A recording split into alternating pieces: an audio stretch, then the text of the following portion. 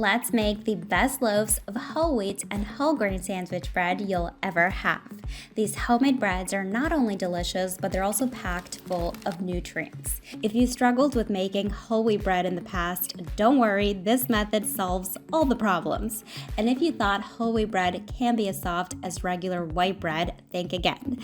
This homemade version is just as soft as regular white bread, maybe even softer. You can enjoy it with a little bit of butter and jam, or load it up with all sorts of delicious toppings for lunch.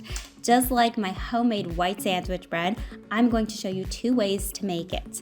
One that uses a stand mixer to knead the dough. It's the ultimate no-fuss method.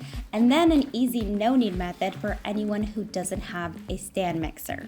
I'm also going to show you how you can incorporate different seeds into your dough to make it even more delicious. The first step for both methods is to warm the milk in the microwave. The milk, along with other ingredients, will yield a soft, tender crumb. To the warm milk, add the salt and the oil. You might notice that we're using more olive oil in this recipe than my white sandwich bread. That's because the oil has more work to do to keep this bread soft and flexible due to the hard parts of wheat grains found in whole wheat flour. After the oil, add the honey. Now you might be familiar with this trick, but if you aren't, the residual oil on the spoon lets the honey slide right off the spoon. It won't stick, and like magic, you'll have a clean spoon. So oil first, then honey. I like to use honey rather than sugar in whole wheat breads, but it's up to you. You won't taste it, however, it helps keep the bread fresh for days.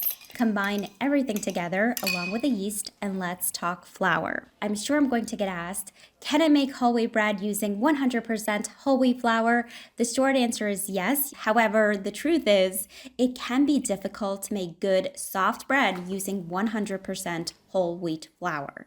The less refined nature of whole wheat flour often means you'll get a bread that is denser, darker, and is not as flexible. So yes, you can use 100% whole wheat flour, and you can absolutely get great results. But just be aware, it can be tricky. You might face challenges, and you might really struggle to get the results you want. However, we can solve all these issues simply by using a mixture of whole wheat and strong white bread flour. This makes it much easier for beginner bread makers to get amazing results. You'll get a dough that's easier to work with, will rise really strongly, and is much softer. I'm using a 50-50 mix, and that's what I recommend, but you can play around with the ratios and see what results you prefer. I will talk more about the properties of whole wheat flour in the no-knead method, which you'll see later on in the video. Into the bowl of a stand mixer, add the 2 bread flours and the liquids. You want to mix the ingredients on medium speed until the dough comes together. Then increase the speed to high and continue kneading for another 5 minutes. If the dough looks dry, do not be afraid to add an extra tablespoon of milk. I always say this, different flours absorb liquids differently. And this is especially true for whole wheat flour. The dough should pull away from the sides of the bowl and feel tacky. Grease your bowl. You're going to grease your hands and shape the dough into a ball. Cover the dough and set aside to rise for 2 hours. It needs to triple in size. Now let's make the no-knead version for anyone who doesn't have a stand mixer. In a bowl, combine warm milk, salt, oil, honey, and yeast. I'm going to add whole seeds to this loaf. I love seeded whole wheat bread. You can find small bags like these in many supermarkets. They're quite inexpensive. One of the best ways to incorporate seeds is to add them directly to the liquids. This helps disperse them easily throughout the dough.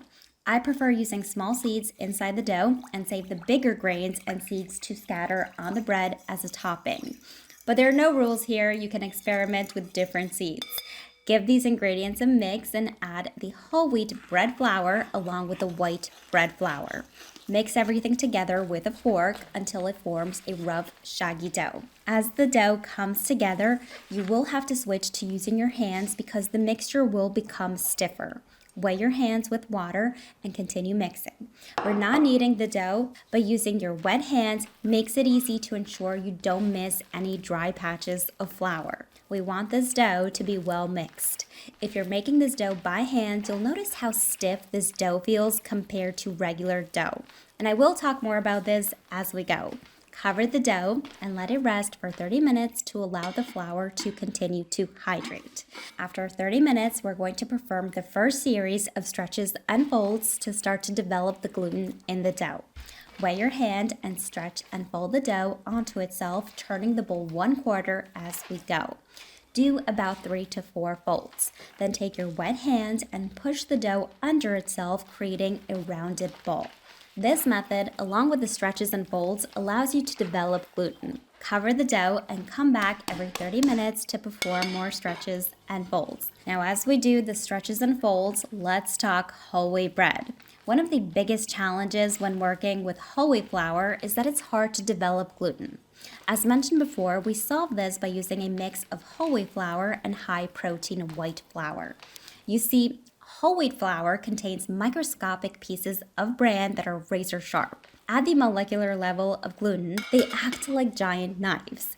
In whole wheat flour, these bran fragments slice their way through the gluten, destroying it as fast as you develop it. But by using a mixture of flours, we alter the balance of gluten and bran. This fixes the problem, making it much easier to develop gluten in the dough. All this to say, if you want a real foolproof, no fuss whole wheat bread that stays soft for days, use white strong bread flour as well, especially if you're doing the stretch and fold technique. Now, if you're really interested in making 100% whole wheat bread, I'll leave step-by-step instructions and tips on my website on how to get the best results.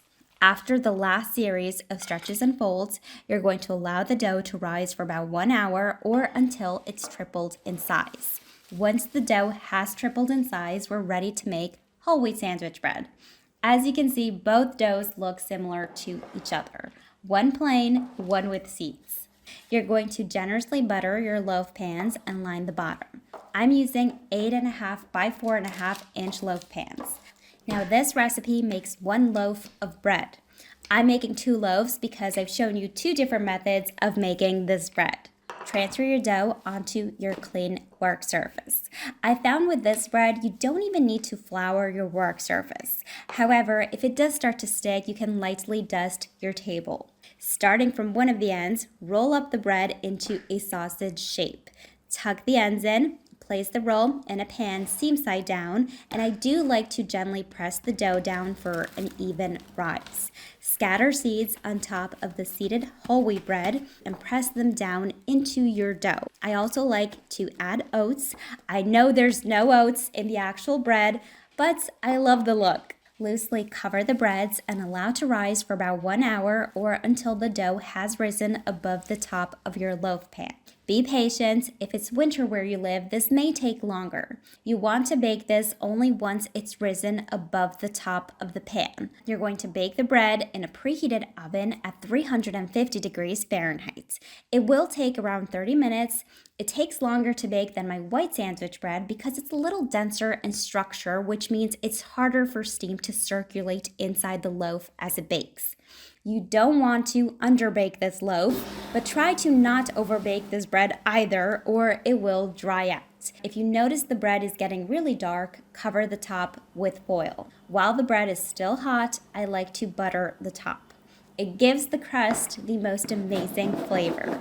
As soon as the bread comes out of the oven, carefully remove it from the loaf tin and let it sit on a wire rack so the bottom and sides do not become soggy. To butter the other loaf, you will have to use melted butter. Otherwise, if you use a stick, the seeds will fall off your loaf. Now, I know bread that's fresh out of the oven is hard to resist, but you want to wait at least 1 hour before you cut into it. It will still be warm. The bread will keep for about a week, but it must be stored correctly.